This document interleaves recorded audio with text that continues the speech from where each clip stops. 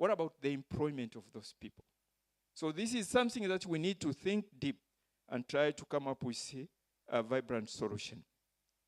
And just to summarize, because of time, IPCC is committed to strengthen inclusivity, diversity, but also policy relevance of the IPCC report. And therefore, I call upon everyone of us to consider working to contribute to IPCC through research or through authorship or through review of the draft reports that are produced by IPCC. It's an opportunity for scientists, experts to participate in the work of IPCC. And I will wind up with, once again, calling for our consideration to explore the possibility of us accessing the opportunity in the IPCC scholarship program, of which I'm the chair of the science board of the IPCC scholarship program. And let me just let you know that just 2 weeks ago, we are in Monaco with the Prince Albert II of Monaco, and you awarded 24 scholarship to African scientists. Unfortunately, there were no one from Tanzania. And we've been tasked by the permanent secretary, vice president's office, to try to do more, to sensitize our young people, including you can do it, to apply for those opportunities. And just to wind up, the issue of artificial intelligence is something that I would like also to draw your attention. I had a meeting with the Secretary General of World Meteorological Organization a few weeks ago, and we discussed in depth about this and our worry in Africa that if we are not going to live business as usual, we are going to be left behind. We should not let that happen. We need to work hard. We need to get in. And let us be the change that we want to see. Thank you very much.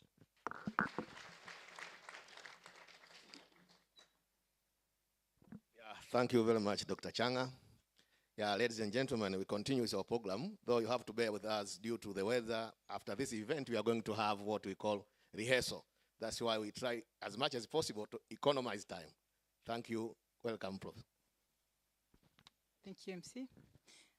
Honorable guest of honor, we have our second contributor to the theme, Professor Pius Yanda. And before I invite him to the podium, allow me to introduce him properly. Professor Pius Yanda, in English, Pius is called Pius, but I'm using Swahili, right? So Professor Pius Yanda is a research professor of geography at the University of Dar es Salaam, where he has held various academic positions for 38 years. He has extensive experience in natural resource management, environmental studies, and climate change research in Tanzania and the surrounding region. Between year 2005 and 2007, Professor Yanda served as a lead author for several IPCC scientific assessments.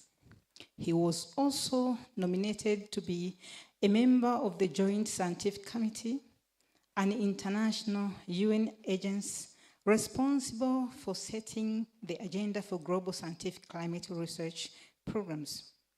In the year 2016, his leadership and collaborative skills were recognized when he was elected as the Vice Chair for Working Group 2 of the IPCC.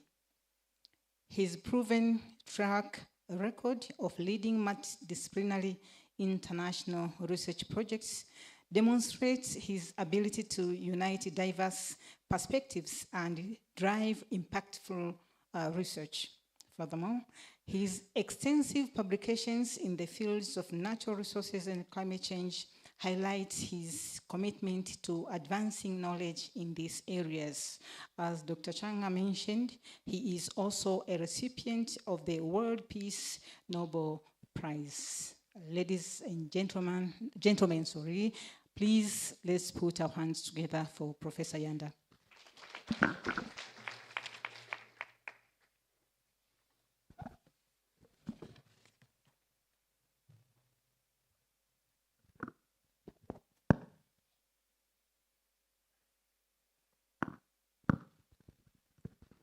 Honorable guest of honor,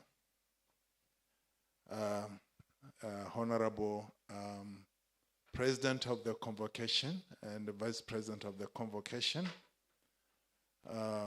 Honorable Rector of the Institute and Deputy Rectors, invited guests, ladies and gentlemen, good afternoon. Yeah, let me start by expressing my sincere apology for being late. And that was not my design, but it's because of the technical problems with my transportation. But nevertheless, I'm here, so yeah. Let me start also by expressing my sincere appreciation to the Institute's administration for inviting me to this very exciting sort of occasion. I had other commitments, but I thought I should just, extend apologies to those other commitments so that I can take part in this event. For me, I find this to be, I feel like I have been honored to be given this chance. So once again, my name is Pius Yanda. So I have been introduced already. My contribution is just to add to what has already been discussed. I'm not sure whether I will have anything additional, but I'll just emphasize a few areas. So I will be talking on clean energy adoption for local development, reflecting on the challenges, opportunities in Africa, and therefore, look at path towards sustainable development. Yes, just to start with, of course, the definition of clean energy is something that's very clear to all of us. Here we're referring to renewable sources like, like solar, wind, hydro, biomass, and geothermal. And we may wish to look at why are we talking about clean energy now? And of course, we can now look at clean energy, especially the importance of clean energy in Africa. One of them is that the emphasis of clean energy is based on the historical grounds, as Dr. Changa said, that we are facing climate change challenge today. It's because of greenhouse gas emissions into the atmosphere. And of course, that has its own science. We cannot go into details. But because of the continued emissions of greenhouse gases into the atmosphere, the planet is continuing being, warming up, as Dr. Changa said. And of course, we all know the implications of the global warming, basically altering the climate systems. So experiencing extreme events, as Dr. Changa said, heavy rains, severe droughts, and the frequency is increasing over time. The magnitude of those impacts will be much more severe in the future. So one intervention area is that we have to curb the sources of these greenhouse gases. And apparently, a major source of greenhouse gases is from the energy sector. So really moving into, having the clean energy agenda is vital in terms of ensuring that we sustain the humanities or the sustainable developments in the continent, in Tanzania, and globally as well. So really, it's a moral obligations for us to ensure that we take the necessary actions to reduce emissions of greenhouse gases, especially carbon dioxide for that matter. Of course, one philosophical or rather political question would be that why bother? Because our contribution to greenhouse gas emissions is not so that much. I think Africa-wide, our contribution is around 3%. Is that so, Dr. Chan? Yeah, going to 7. So you can see that our contributions in terms of causing the problem we have today is not all that much. But still, we are not, we are part of the international community. We are not living in isolation. So really, we have the obligation to ensure that we are part of the process of taking what we call it, green growth or low carbon development pathways. And this is one of the moves towards that direction. But also there are other sort of complementary sort of gains.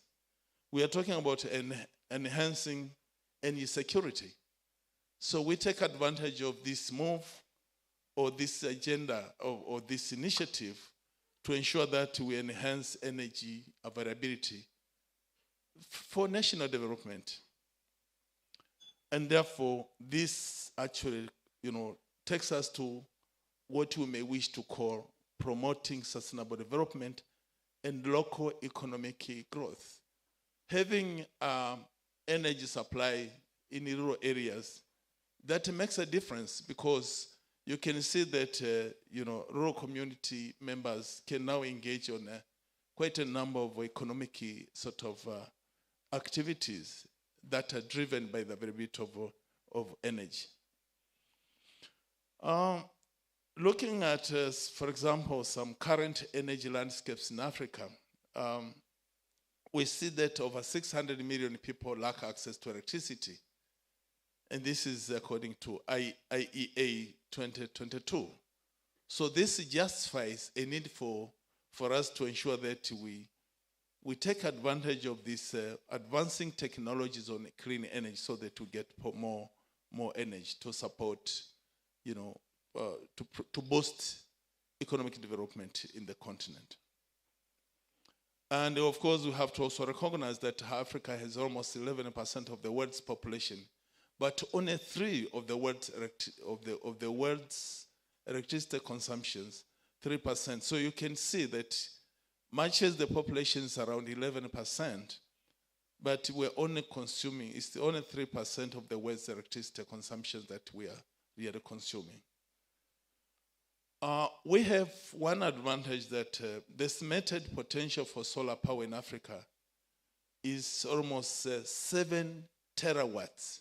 So assuming that we really promote this opportunity, then we will actually be in more advantageous position. And this amount is over 20 times the continent's current electricity generation capacity. So why can't we use now this, the advancing technology to tap these untapped sort of opportunities? As the previous speaker said, there are a number of challenges to clean energy adoptions. I don't want to repeat them, but I can just highlight a few.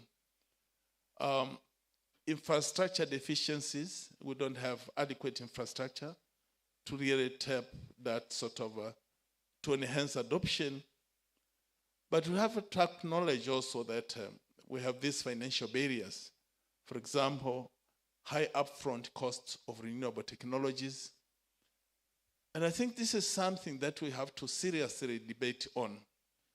It's true we are advocating for, we are promoting clean energy sort of technologies, down to the local communities. But how would we address that?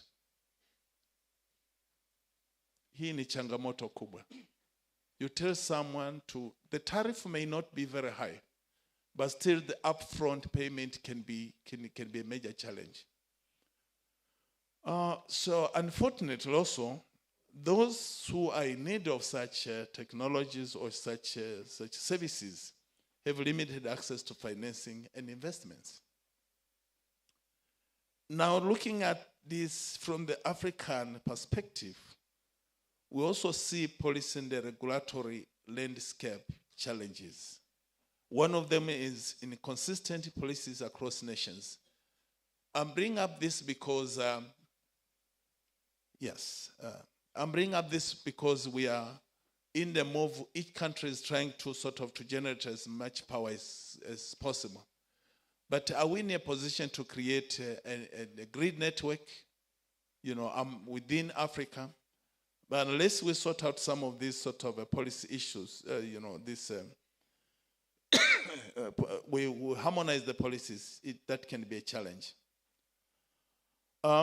We have cultural barriers also. There are people who believe that food that is cooked by electricity is not as tasty as the one that is cooked by charcoal. Even my mom believes that.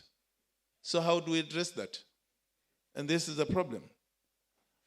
And of course, you cannot roast a goat meat on a stove. And these are very crucial issues. So if we are to talk about promoting adoption of this technology, we have to think of influencing what we call behavioral change. But also, what is also equally important, is the dependence on charcoal and fuelwood as economic opportunity for rural communities. There are people who actually depend on that as a source of income. Unless you provide alternative options, then that can be a challenge. But even some local government districts, so to speak, they get revenues from the charcoal business, leave alone TFS, Tanzania Forest Service. So how do we move also, ensure that we're also converted at that level? Then I think it will be in the business if we can do that. We have a number of socio-economic challenges. For example, issues of economic disparities has already been said. But let me just mention opportunities for clean energy adoption, have already mentioned by previous speakers. We have abundant renewable resources like solar, wind, and geothermal potentials that are largely untapped. So this is the opportunity that we have. Technological innovations, we have advancements in off-grid solutions such as solar home system, mini grids. And it was interesting, recently I just saw quite a very recent innovations where they are now separating hydrogen from the water and actually use it for heating. And that's very good. And so in other ways, there is more sort of innovations going on to ensure that, we find some more opportunities for promoting clean energy. But also, we have this global support and financing. So let's take advantage of these climate financing mechanisms to see best way of promoting clean energy. For example, Green Climate Fund and other funding mechanisms as well. These are the areas, sort of avenues for getting resources to support a clean energy promotion in Africa. Potential economic benefits, job creations. The renewable energy sector could create over 1 million jobs by 2030, according to ERENA 2019. But also local developments, as I said, increased energy access, enhanced productivity, and income generating activities in the rural setting. And economic diversification as well. That provides a very good platform for even rural community members to diversify their livelihoods. Just a few policy recommendations. One is to encourage public-private partnership so that we can move much faster in this venture, but also support local capacities, providing training and education in renewable technologies. We have these VETA sort of centers. Those should be used more incubation centers to ensure that youth, those who finished Form 5, Form 4, Form 6, can actually venture into that and take part in this move. And of course, we need to also establish stable and transparent policies for the renewable sector. That's all what I thought I should contribute to what has already been submitted. I guess The fact that I've not been there, I was not here, some of these might be repetitions, but nevertheless, this is what I thought could sort of enrich the discussion. I submit. Thank you for listening.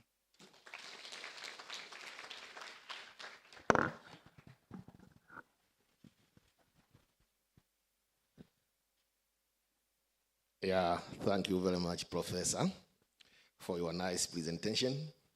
Now, ladies and gentlemen, we embark on the discussion, but as you can see, the weather is not very much friendly to us today, and therefore, we shall give opportunity to only 3 people, one from that area, central. Yeah. So if you have a question or a contribution on what has been presented, please, you are warmly welcome. Raise your hand. Mr. Ngomange will give you a microphone. Mr. Ngomange, can you start from the back? Oh, sorry. Please introduce yourself. Be straight to the point on today's theme. Okay. Welcome. My name is Deus Ogatondiek. I'm one among the graduates. I have a question for presenter of the themes.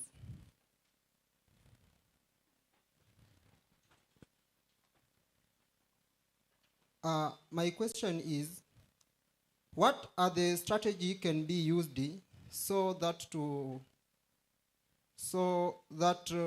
rural community and remote areas have access to clean energy at an affordable price while facing the challenges of infrastructure, lack of finance resource, and lack of technological skill?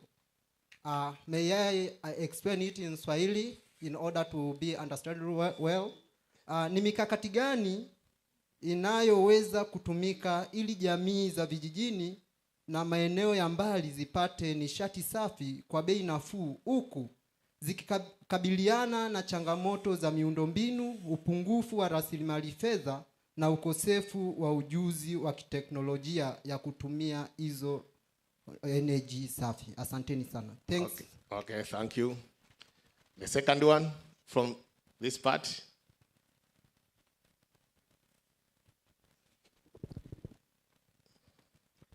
Introduce yourself, be brief, and go straight to the point.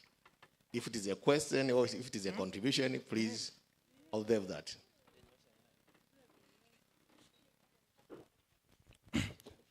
Thank you, Per Chairperson. Although my question has been as a repetition, but I would like to appreciate the whole presentations from the first speaker to the last speaker. But my question is, the recommendation from all speakers has invested in the provision of education, the use of energies, and the policy implementations. But the second speaker identified the major challenges for the use of green energy. Is one of the challenges, the financial disparities. So I would like to request the speakers to provide the sustainable strategies, especially to the finances, to the use of energy, especially the local communities, because they are one of the consumers for the perspectives of the sustainable development. Thank you. Thank you very much. If it could be a female, that would be much better, so that we are gender sensitive. Any female, I can see the.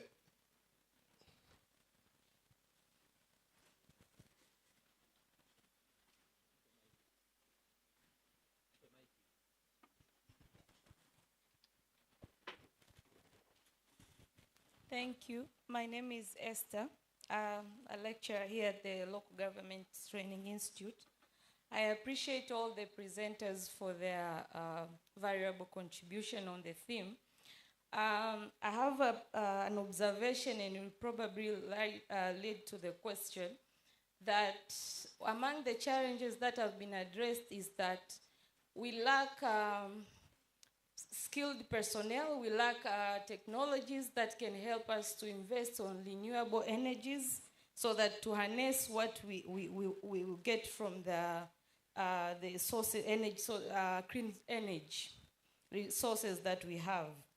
So I see there's a room for FDI, foreign direct investments, to come into Tanzania, or we cannot shy away from inviting foreign investors to come and assist us and invest so that we can benefit from the resources that we have. But my worry is that Tanzania have been involved in different investor-state disputes on other kinds of resources that investors have come to invest. Now, what could be their contribution, the presenters, and what can they say about not going back to the disputes, international disputes that Tanzania has already faced with investors, and why we still need the... Very good questions. To me, I will try to answer this question: financial support, especially in a rural area. It is really challenging. Where can we get that money to support clean energy in a rural area? This is challenging. But we ask some of important questions ourselves, especially for things that are expensive. For example, how do people afford to buy smartphone?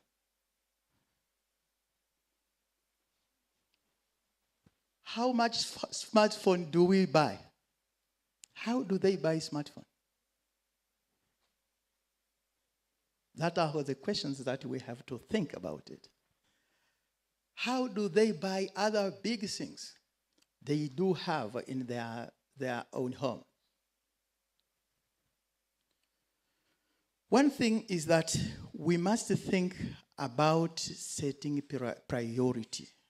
What do we prioritize? As I have said, that people differ in their way of thinking, in their way of valuing, in their way of making a criteria for choosing things. So we must start with that concept. We have this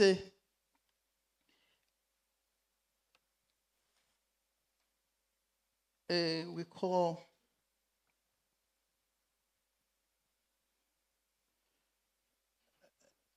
some things like harusi. How do they afford to buy all things at the harusis? Wanafanya harusi, wanapata wapi hizo hela? Haya maswali ya kujiuliza. So when we ask those questions, the reason behind is that there is something that the people somewhere prioritize A or prioritize B. In our community, as I have said somewhere else, that there is now, we have financial model of financing different things like circles. And the challenge of having solar panel, for example, is about upfront, is it? Now, if we have circles, we can what? Lend money for that, having that, installing this panel. That is just the example. It's not the solution for all everything, is it? That's important to note. So what I can say is that when we educate and when people think that this is better than this one, that is where they will find money.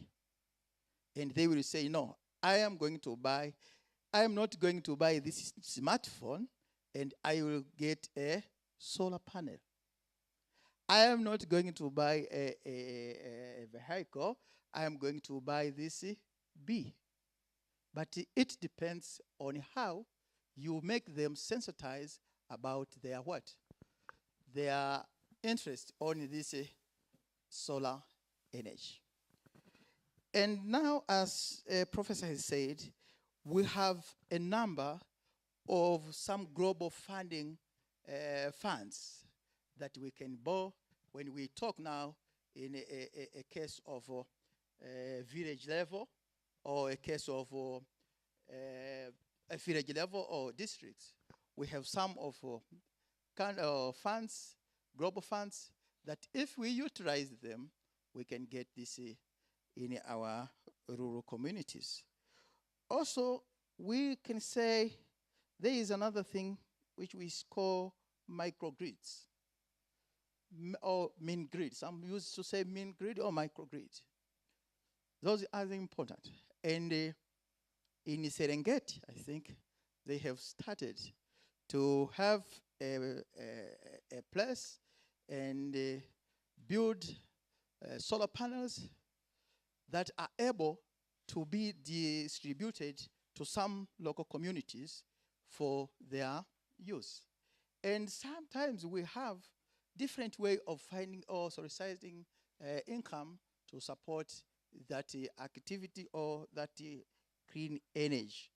So those opportunities that we have, we know are few, but we have to make sure that we utilize that for the benefit of green energy.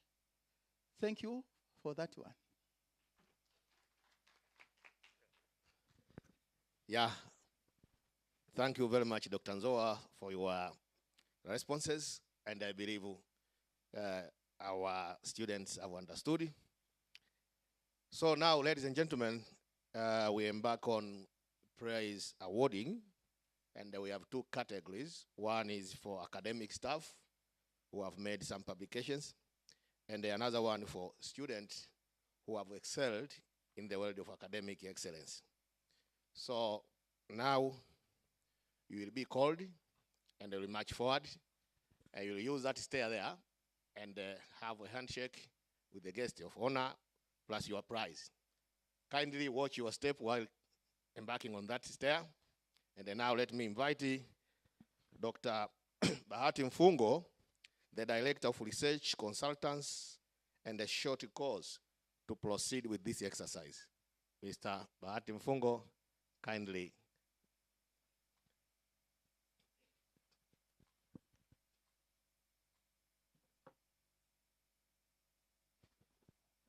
Honorable Guest of Honor, the Permanent Secretary, Paul Aj, the High Table, the protocol is observed. Yeah, may I take this opportunity to acknowledge some of the academic staff who wrote academic papers basing on our this year's theme, so that they can come here and shake hands with you, but also they will be awarded some monetary award. Yeah, there were 5 papers which were submitted, but after the verdict, 3 papers were seen as the best ones. So may I take this opportunity to invite Ngomange Melchiad James, who wrote a paper with the title Climate Change Governance and the Energy Transition in Subnational Government, Skilling Tanzania Local Government Authority to Sustainable Action.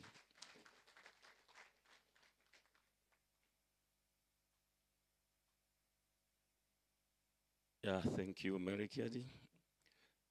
May I now call an author called Dennis B. Victor.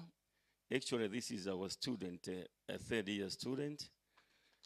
This guy wrote a paper with a title involving local communities in energy transition in Tanzania, potentials and challenges.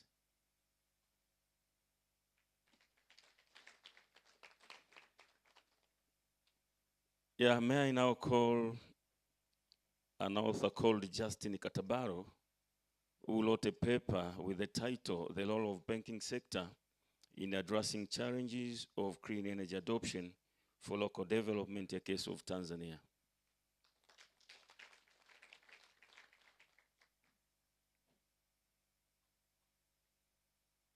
Yeah, may you get seated. So these are academic staff who wrote their papers based on our convocation theme for this year. So may I end up here so that we can award the best student for their diverse performances. Thank you. Yeah, thank you, Dr. Bahati Mfungo. Now I invite Dr. Henry Jonathan, the Director of Academics, to proceed with the exercise of awarding prizes to best students.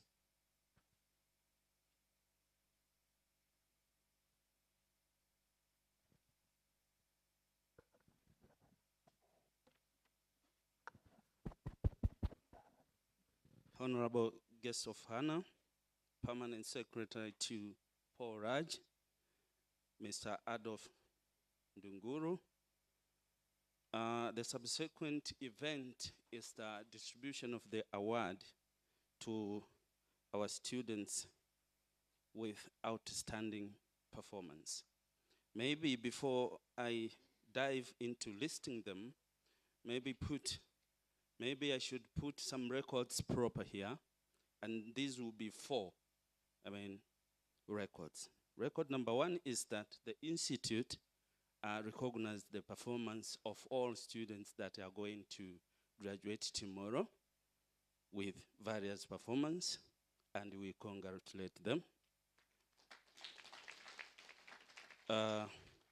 Number 2 is that we have the tradition here in Hombolo to reward students with outstanding performance, and our criteria here is not less than first class in each category. Another record that I should put proper is that the competition was left to all our campuses. So if someone is mentioned here, that means he or she competed with all campuses that we have in Shinyanga, DTC, and main campus. Honorable guest of honor, as I said earlier, the criteria is first class, but we have 4 categories of award today. And number 1 is we will be having departmental prizes by levels. And then award number 2 category will be overall performance, again by levels. But we will be having directors award, and today we will be having 1 award into this, and this will come to Dr. Mfungo Bahati. You can raise your hand so that people can see you. Somebody will clinch award from director here, and category number 4 will be gold award. Call it grand or rector's award to Local Government Training Institute, Dr. Yusuf Mashala. Honorable guest of honor, let me start with the Department of Local Government Administration and Management. We have best finalist student BTCL or NTA level 4. This is Kalist Gaimo from main campus. March forward. Then Eric method, prepare yourself, waiting.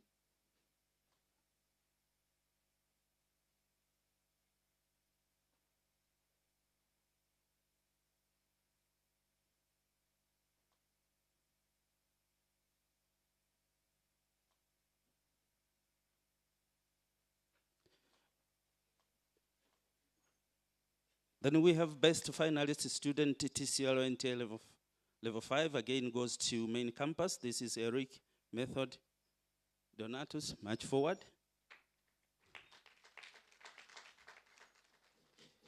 Juma Abdallah, prepare yourself. Where's Juma Abdallah?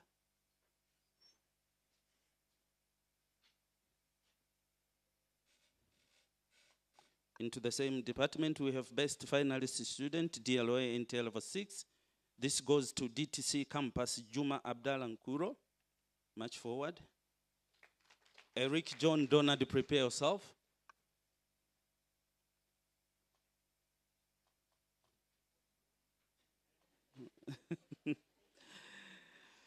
We have best continuing student, BDLGIM, NT level 7. This goes to? Yes, Eric John Donald, NT level 7.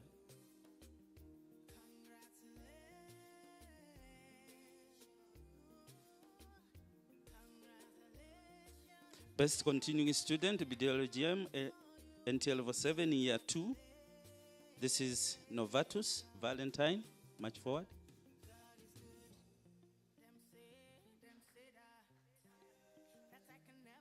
Suleiman Daudi, prepare yourself.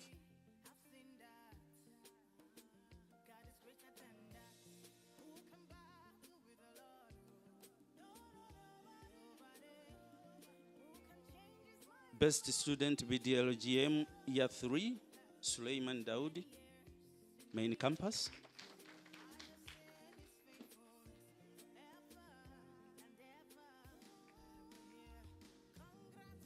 Then we move to Department of Community Development, and we have best finalist, NT level 4, Messi Clara.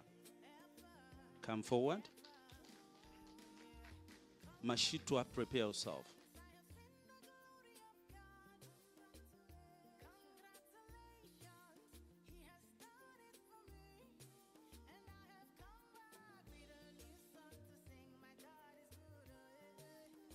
Then best finalist student, NT level 5, community, Mashitwa, march forward. Where's Mashitwa? Please, Malim Fati, take for him.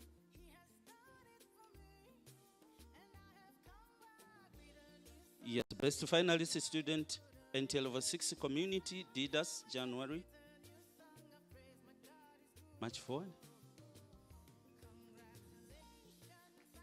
Masunga, prepare yourself.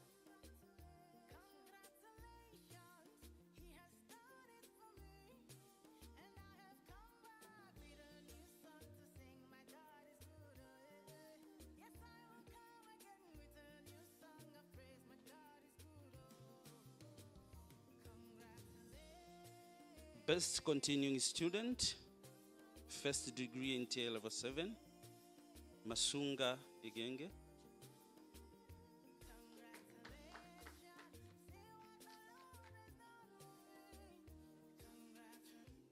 Best continuing student, year 2, NT level 7, Faida Ali Masela. Faida.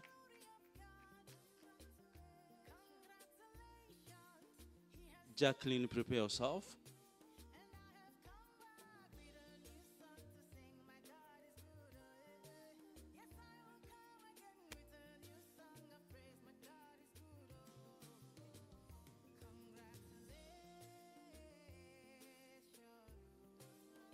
Then we have best student, community development, year 3, Jacqueline Mashak Chibiriti.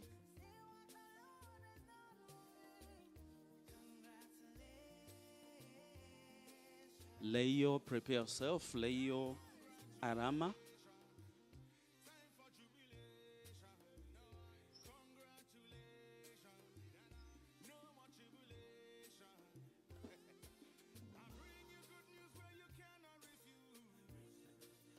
Honorable guests of Hannah, now we move to Department of Local Government Accounting and Finance, and we have best finalist, NT level 4, Leo Mangarana, this name.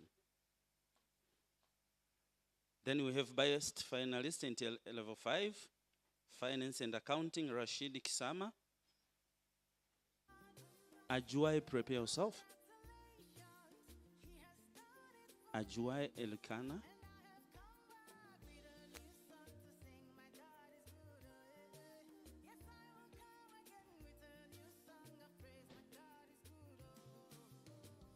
Best finalist student, DLF, NT level 6, Ajuai Simon Elkana.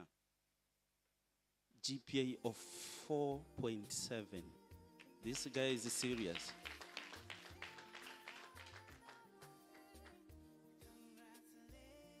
Now we come to procurement and supply with the same department. We have best finalist, NT level 5, Suleiman Hamad Muhammad. Move forward. Procurement. Happiness Stefan, prepare yourself.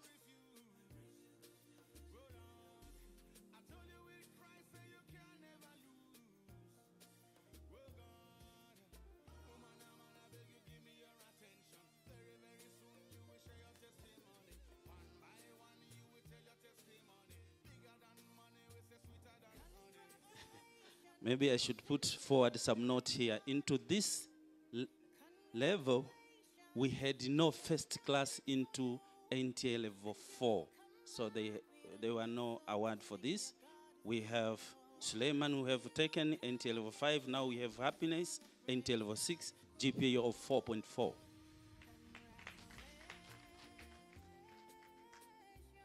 Honorable guest of honor, we move to Department of Human Resource Management. We start with HRM programs.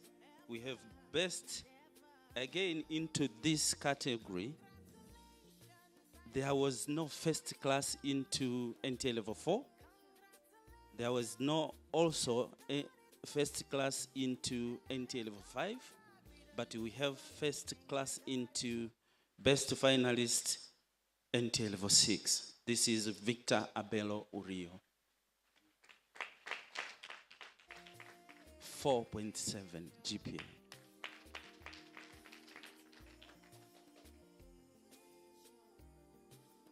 Then we have best continuing student BDHRM 1 NT level 7. This goes to Nicholas Elenius. Nicholas Elenius. This is amazing. 5.0 GPA. Salma, prepare yourself.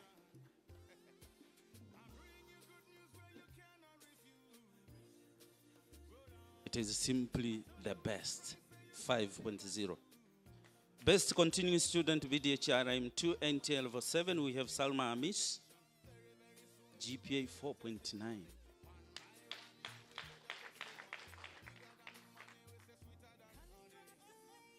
Into the same department, guest of honor, we go to Records Archive Information Management Programs. We have best finalist NTA level 4, Angelo Adam James, main campus.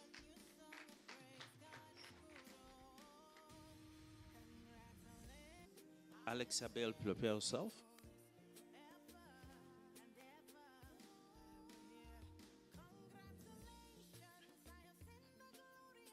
Guest of honor, we had no first class into NTA level 5, records management, but we have first class into DRIME NTA level 6. This is Alex Joel.